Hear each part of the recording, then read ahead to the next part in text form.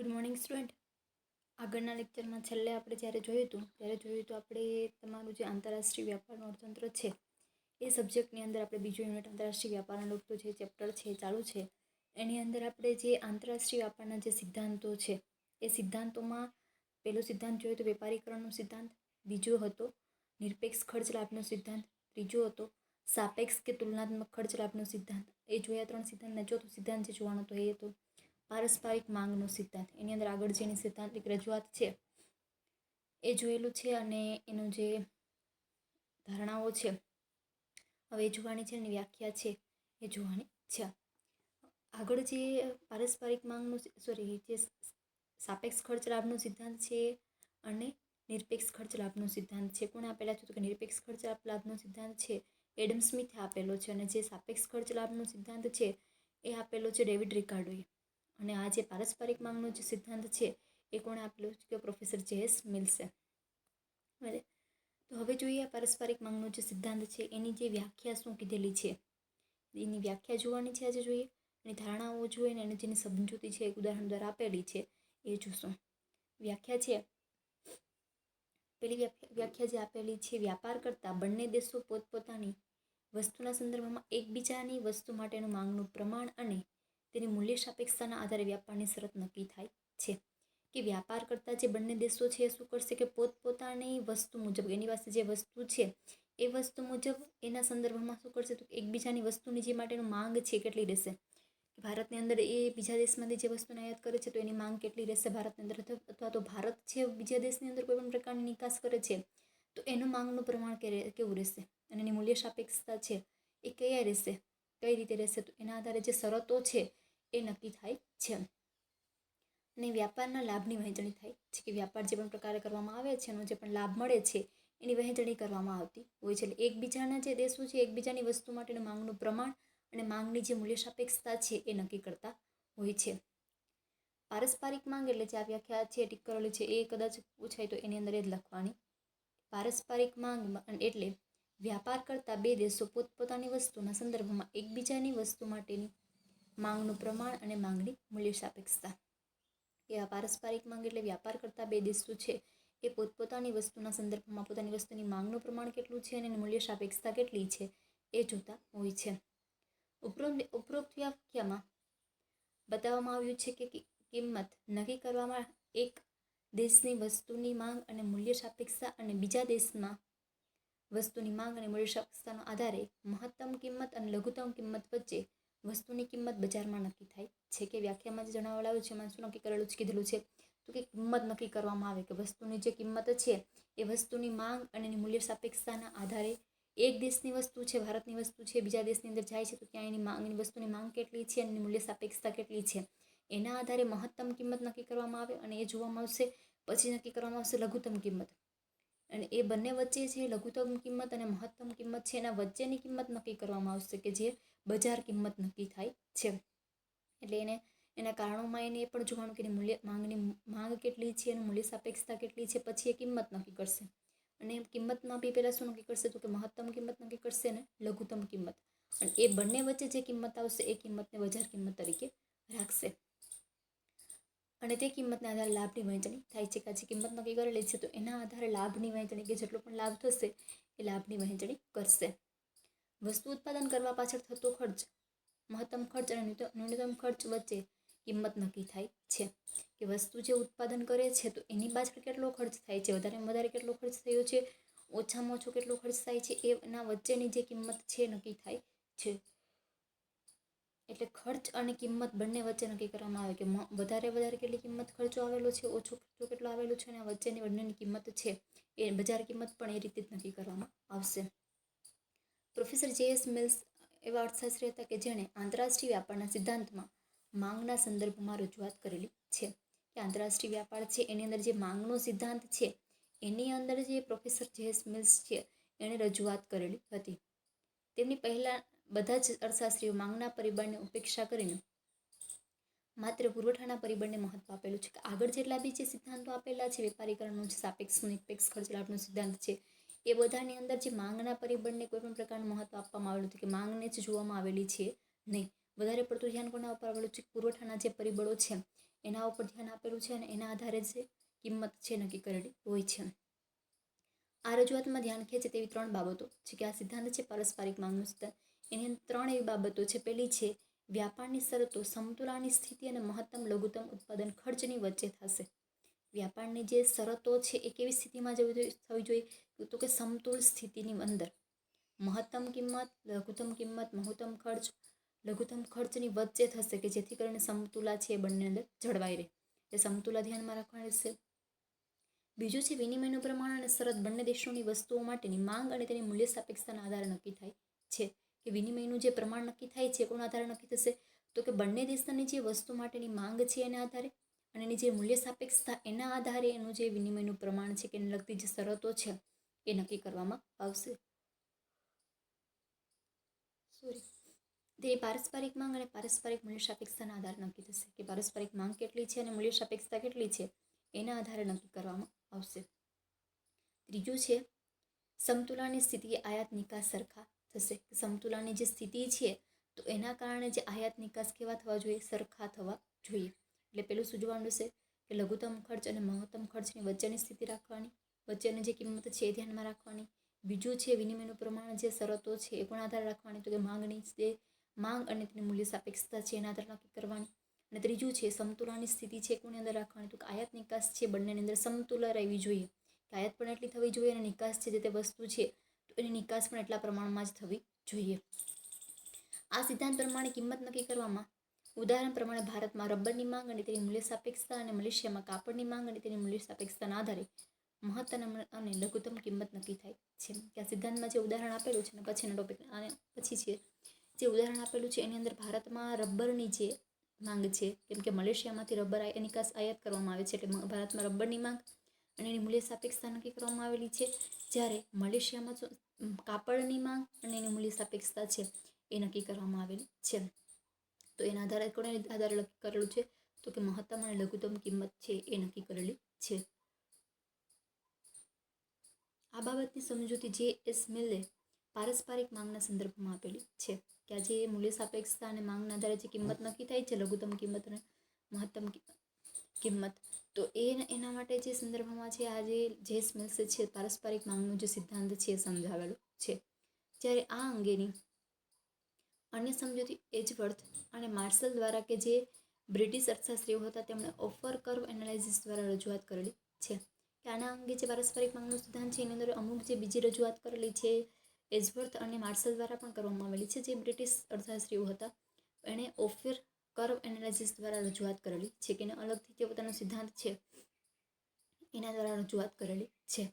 તો આ તેની વ્યાખ્યા કે પારસ્પરિક માંગ એટલે શું થાય? તો કે એ બંને દેશો જે વ્યાપાર કરે છે ને પોતપોતાના સંદર્ભની અંદર એની માંગની જે મૂલ્ય સાપેક્ષતા અને માંગનું પ્રમાણ અને મૂલ્ય સાપેક્ષતા છે એ નક્કી કરવામાં આવતી હોય છે. અને એના આધારે મહત્તમ કિંમત અને લઘુત્તમ કિંમત નક્કી કરવામાં આવશે. એના વચ્ચેની કોઈ પણ કિંમત છે એ નક્કી થતી હોય છે. હવે જોઈએ સિદ્ધાંતની ધારણાઓ શું છે. પહેલી ધારણા છે બે દેશ વચ્ચે વ્યાપાર. કે આ સિદ્ધાંત માત્ર બે દેશ વચ્ચેનો વ્યાપાર કરવામાં આવે છે, બાકીના દેશો વચ્ચે વ્યાપાર થતો નથી તેવી ધારણા કરવામાં આવેલી છે.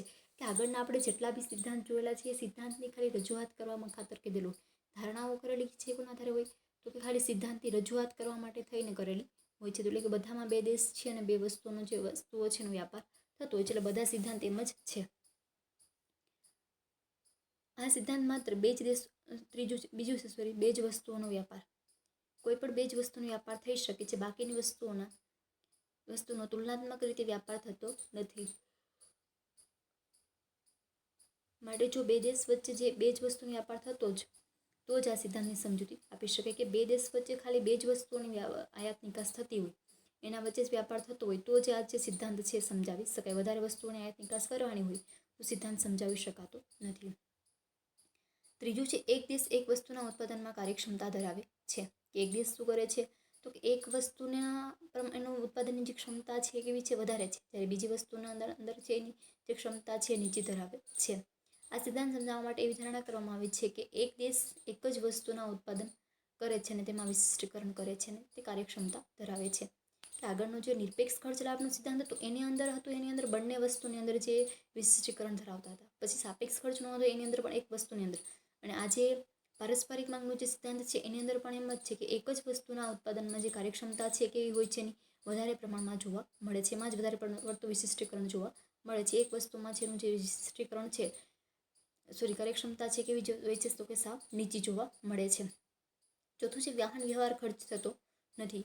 આ સિદ્ધાંત રજૂઆત કરવા માટે બે દેશો વચ્ચે વ્યાપાર કરવામાં આવે તો કોઈપણ પ્રકારનો વાહન વ્યવહારનો ખર્ચ નથી થતો તેવી ધારણા કરેલી છે. કે વાહન વ્યવહારનો જે ખર્ચ છે એ થતો નથી એવી ખાલી ધારણા કરેલી છે. વાસ્તવમાં એવું હોતું નથી. એની ખાલી ધારણા કરેલી છે કે વાહન વ્યવહાર અંગે કોઈપણ પ્રકારનો ખર્ચ છે એ થતો નથી. પાંચમું છે બે દેશો વચ્ચે સાધન સંપૂર્ણ અગતિશીલ અને એક જ દેશોમાં સાધનો સંપૂર્ણ ગતિશીલ હોય છે. કે બે દેશો વચ્ચે જે સાધનો છે એ કેવા હોય છે? સંપૂર્ણ અગતિશીલ, કે એમાં ગતિશીલતા કોઈ પણ પ્રકારની જોવા મળતી નથી.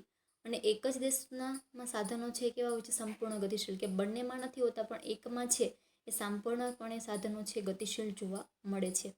આ સિદ્ધાંત સમજાવવા માટે એવી ધારણા કરવામાં આવી છે કે બે દેશો વચ્ચેના સાધનો સંપૂર્ણ ગતિશીલ છે પરંતુ એક જ દેશમાં સાધનો કાર્યક્ષમ થઈ શકે છે, ફેરફારક્ષમ થઈ શકે છે. કે તો કે જે બીજા એક દેશના જે પણ સાધનો છે એ સંપૂર્ણપણે ફેરફારક્ષમ છે, કે એમાં ગતિશીલતા જોવા મળે છે, જ્યારે બંને દેશોની અંદર જોવા મળતી નથી. છઠ્ઠું છે વ્યાપાર અને સિવાય અન્ય ચૂકવણી નહીં. કે વ્યાપાર સિવાય અન્ય કોઈ પણ પ્રકારની જે ચૂકવણી છે એ કોઈ પણ પ્રકારની કરવામાં આવતી નથી. કે ટેક્સના સંદર્ભમાં છે કોઈ પણ પ્રકારની જકાત છે એ ભરવી પડતી નથી. સાતમું છે આયાત અને નિકાસ બંને સરખા થવા જોઈએ. કે જે પણ વસ્તુને આયાત કરવામાં આવે છે એ બંને નિકાસ કરવામાં આવે એ બંનેનું પ્રમાણ કેવું હોવું જોઈએ? બરાબર થવું જોઈએ, કે લાભ છે બંનેને એક સરખા મળવા જોઈએ. એ પ્રમાણે જ આયાત નિકાસ છે થવી જોઈએ. અને પછી છે પૂર્ણ રોજગારની સ્થિતિ. કે જે આ પ્રકારનો જે વ્યાપાર થાય છે તો એના કારણે જે રોજગારી છે એ પૂર્ણ પ્રમાણમાં જોવા મળે, કે વધારે પ્રમાણમાં જોવા મળે છે. કે બેરોજગારી છે એવું કોઈ પણ પ્રકારનું જોવા મળતું નથી. વ્યક્તિઓ છે એને રોજગારી સારી મળી રહેશે. અને પછી પૂર્ણ હરીફાઈની સ્થિતિ. કે જે સ્થિતિ છે એ કેવી છે? પૂર્ણ પ્રમાણમાં જે હરીફાઈ છે એ બંને દેશો વચ્ચે જોવા મળે છે. અને છેલ્લું છે મુક્ત વ્યાપાર થાય છે નહીં. મુક્ત વ્યાપાર થાય છે નિયંત્રણ નથી. કે કોઈ પણ પ્રકારનું નિયંત્રણ છે એ જોવા મળતું નથી. કે કોઈ પણ પ્રકારની ટેક્સ છે એને લગતું છે, જકાતને લગતું છે, કોઈ પણ પ્રકારની જે કોઈ પણ પ્રકારની મુશ્કેલી છે કે અગવડો છે એ ઊભી થતી નથી. વ્યાપાર છે એ મુક્ત રીતે કરી શકે છે. કોઈ પણ પ્રકારનું જે નિયંત્રણ છે એ જોવા મળતું નથી. લગભગ બધામાં જે પણ સિદ્ધાંતની જે ધારણાઓ છે એ બધા સિદ્ધાંતની અંદર સેમ જ છે. તમે જોઈ લેશે કે બે દેશ છે, બે વસ્તુઓ છે, વાહન વ્યવહારનો ખર્ચ થતો નથી, મુક્ત રીતે વ્યાપાર થઈ શકે છે, પૂર્ણ હરીફાઈની સ્થિતિ છે, રોજગાર. અમુક એવા જે પણ પોઈન્ટ્સ છે એમાં ખાલી ચેન્જીસ આવે છે, બદલે છે. બાકી બધા કેવા છે તો કે સેમ જ ટોપિક છે. એટલે કદાચ તો બીજા બધા યાદ ન રહે તો આ જેટલા યાદ રહે એટલા તો લખી જ નાખવાના. હવે જોઈએ સિદ્ધાંતની સમજૂતી. કે એનું જે ઉદાહરણ છે એ આપેલું છે એ ભારતના લોકો માટે કાપડ નિકાસની વસ્તુ છે અને મલેશિયાના લોકો માટે રબર નિકાસની વસ્તુ. કે જે ઉદાહરણ આપેલું છે એમાં નિકાસનું બતાવેલું છે. આયાત અંગે કોઈ પણ વસ્તુ બતાવેલી છે નહીં. નિકાસ બતાવેલી છે. ભારત છે એ કાપડની નિકાસ કરે છે અને મલેશિયા રબરની નિકાસની વસ્તુ છે, એટલે એ બંને નિકાસ કરે છે. હવે જો આપેલું છે ક્વેશ્ચન કાપડ અને રબર અને વ્યાપારની દર અને કિંમતો. કાપડ છે એમાં કેટલું છે? 25 અને રબરમાં 5. એનો જેનો રેશિયો છે એ 5:1 બતાવેલું છે. કે કાપડ છે 40નું અને રબર છે એની નિકાસ કેટલાની છે તો કે 10ની, તો કે 4:1. 60 અને 20 એટલે 3:1. 80 અને 40 એટલે 2:1. અને છેલ્લે જે આપેલું છે એ 100 અને 100 એટલે 1:1. પછી એની આકૃતિ છે નીચે જે પણ આપેલી છે એ જે ભારત માટેની જ છે, કે નિકાસ કરેલી છે ભારતે 25%. જો કાપડ છે તો ભારતે નિકાસ કેટલાની કરેલી છે તો કે 25ની. અને 5નું શું કરેલું છે? રબરની આયાત કરેલી છે. એવું નથી કે મલેશિયાએ એની નિકાસ કરેલી છે. એ છે ભારત માટેની જ આકૃતિ બતાવેલી છે. ભારત શું કરે છે?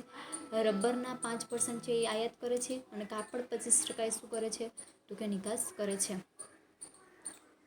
હવે જોઈએ સમજૂતી. ભારત અને મલેશિયા બંને દેશો છે કે બંને દેશોની સમજૂતી આપેલી છે.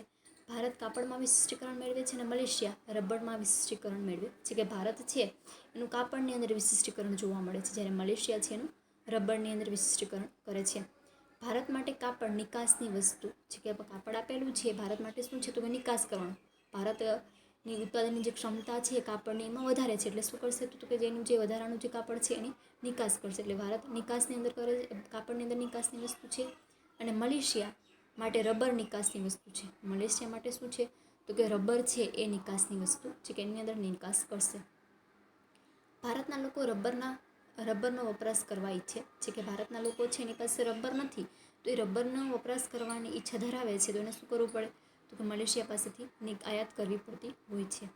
મલેશિયાના લોકો કાપડનો વપરાશ કરવા ઈચ્છે છે. મલેશિયાના લોકો છે એને કાપડની જરૂરિયાત છે, એટલે કાપડની આયાત કરવા ઈચ્છતા હોય છે. ભારત રબરની ખરીદી કેવી રીતે કરશે તેની ખરીદી અનુસૂચિ ઉપર દર્શાવેલી છે કે ભારત છે એ કેટલા ટકા જે પણ પ્રમાણે ખરીદી કરે છે તો એની અનુસૂચિ નક્કી કરેલી છે. ઉપરની અનુસૂચિ પ્રમાણે ભારત કાપડના 25 એકમોના બદલામાં રબરના 5 એકમોની આયાત કરવા કબૂલે છે. કે ભારત એના જે 25 એકમો જે આપે છે કાપડના, એના બદલામાં એને શું મળે છે તો કે 5 એકમોના રબરનું મૂલ્ય છે, 5 એકમો છે રબરના એ મળે છે. એની કબૂલાત, કારણ કે શરત કરેલી હોય કે અમે તમને 25 એકમો છે એ કાપડના આપશું, ત્યારે તમારે અમને 5 એકમો છે રબરના આપવાના થશે. એટલે એ પ્રમાણે એની શરતો છે વ્યાપારની નક્કી કરેલી છે.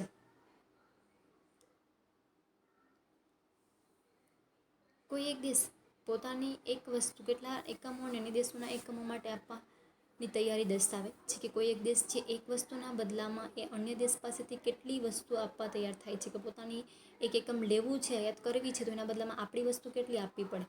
કે આપણે કોઈની પણ પાસેથી કોઈ વસ્તુ લઈએ છીએ માલના સંદર્ભમાં, વસ્તુના સંદર્ભમાં, તો આપણે એની કેટલી વસ્તુ આપશે ત્યારે આપણે એક વસ્તુ આપશે, તો એ દર્શાવવામાં આવેલું છે.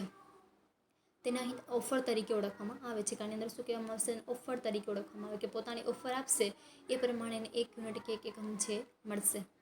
ભારત માટે કાપડ નિકાસની વસ્તુ છે અને રબરની આયાતની વસ્તુ છે. કે ભારતની જે અનુસૂચિ બતાવેલી છે ઉપર, એની અંદર ભારત માટે જે કાપડ છે એ નિકાસની વસ્તુ છે અને રબર છે આયાતની વસ્તુ છે. બીજું શું છે તો કે 40 અને 10 છે. કે જ્યારે 40 એકમો એ કાપડના આપશે ત્યારે એને 10 એકમો છે રબરના મળશે.